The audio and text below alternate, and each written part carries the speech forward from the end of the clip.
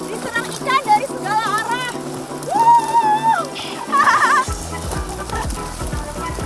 Ini rasanya kayak fish pond, tapi bukan cuma di kaki, seluruh badan. Ini yang saya injak udah bukan lumpur lagi, tapi ikan bandeng. Kalau lagi buat kue, proses yang lagi saya lakuin ini namanya nguleni.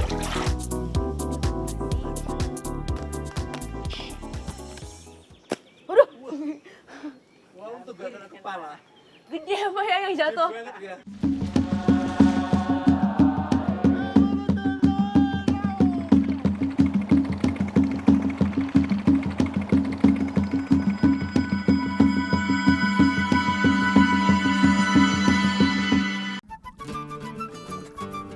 Berpetualang bagi saya tak selamanya hanya menikmati alam saja.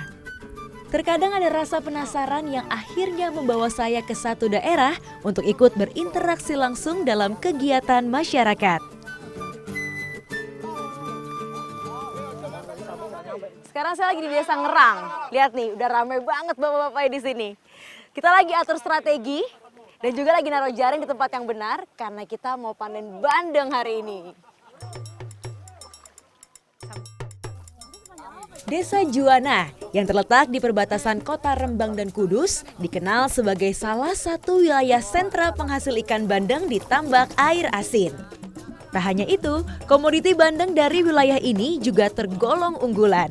Karena rasa daging ikan dari tambak air asin yang lebih gurih dibandingkan bandeng yang hidup di tambak air tawar. Namun rupanya untuk memanen bandeng bukan cerita mudah. Selain tantangan untuk bisa membentangkan jaring sepanjang hampir 20 meter, jeratan lumpur juga menyulitkan kami untuk bergerak di dalam areal tambak. Ini harus pakai helm ya Pak? Iya, harus. Karena Bahaya. oh bahaya. Ah. Harus pakai helm. Soalnya nanti ikannya bakal loncat-loncat. Jadi supaya nggak kena mata, harus ada perlindungan ini. Wah, sekilas apa ya nanti? Saya penasaran banget nih. Tuh lihat, ikannya udah mulai lompat-lompat tuh. Ini belum seberapa, nanti lebih rame lagi. Ikan yang dikenal dengan nama latin Canos ini memiliki kebiasaan melompat ketika berhasil ditangkap, baik dengan cara dipancing ataupun dijaring. Berarti karena capek Pak? Biasanya bandeng akan berenang secara bergerombol, sehingga sangat mudah untuk mendeteksi keberadaan ikan ini. Sekarang kita lagi proses nungguin apa? Nungguin ikannya pup, biar perutnya bersih. Karena nanti ketika di pasar yang laku dijual itu ikan yang perutnya sudah bersih. Biasanya yang masih kotor, orang-orang nggak mau beli. Ini Bapak lagi ngapain ya Pak, ikutan jongkok? Nggak ikutan pup juga ya Pak ya? Nggak, lagi nungguin ikan juga sebagai saya.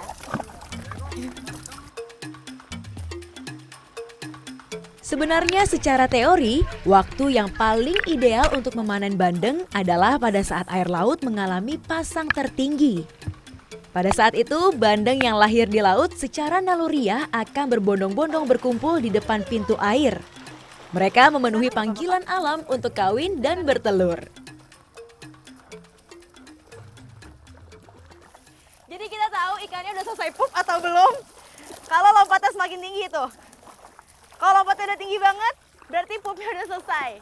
Udah siap buat dijaring. Ikannya udah makin kuat. Sakit kalau ketabrak ikan bandeng ternyata ya. Harus makin tinggi jaringnya. Karena kalau enggak dia kuat lompat keluar jaring.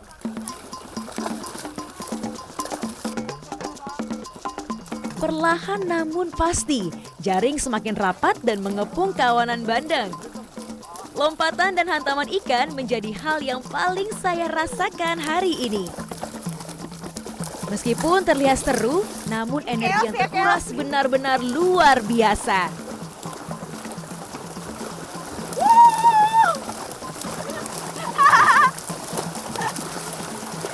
Ini rasanya kayak fish pond, tapi bukan cuma di kaki, seluruh badan. Aduh, aduh, aduh.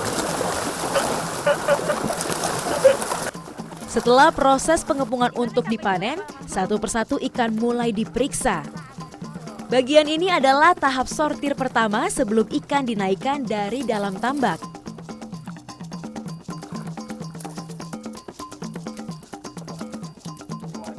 Nih, ini pertanda ikannya belum bagus. Lihat tuh.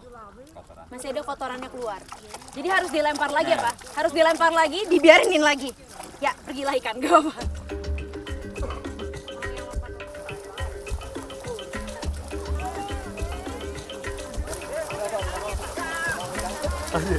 Ini yang saya injak udah bukan lumpur lagi, tapi ikan bandeng. Wah, saya nggak tahu ini berapa banyak. Yang pasti ini banyak banget. Lihat tuh, masuk kantong semuanya. Rame banget ikan bandeng ya. Oh, ini masukin ke sana. Ini udah bagus. Ketika ikan yang terjaring semakin banyak dan sudah tak bisa dikendalikan, kini saatnya untuk keluar dan menyerahkan kepada ahlinya.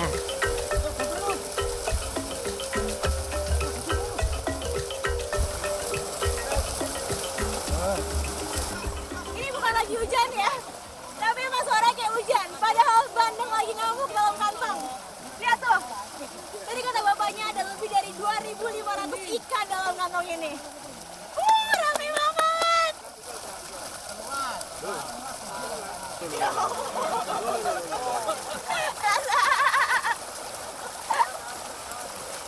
Ini kayak lagi pijat gratis, tapi sama ikan dipijatnya. Enak. Ikan bandeng yang lebih dikenal sebagai panganan nikmat di Asia Tenggara ini memiliki 2 tempat di sepanjang hidupnya. Bandeng dewasa akan pergi ke laut dalam untuk memijah, sedangkan koloni bandeng muda akan mudah ditemui dan hidup di daerah pesisir, seperti area bakau, sungai, bahkan hingga ke wilayah danau air tawar. Ini ikan bandengnya. Bedanya ikan bandeng yang ditambak air tawar sama asin, ini nih kulitnya. Kalau tambak air asin, kulitnya warna silver seperti ini dan lebih keras. Kalau tambak air tawar, warnanya hitam keruh. Siap buat dijual dan dimasak pastinya.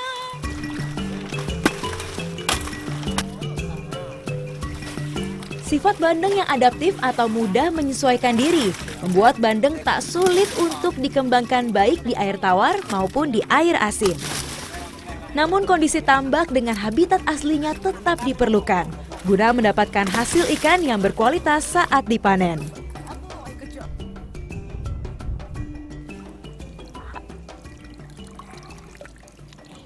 Kolamnya kelihatannya keruh, tapi sebenarnya ini yang paling sesuai untuk tambak bandeng ikan asin ya, Pak.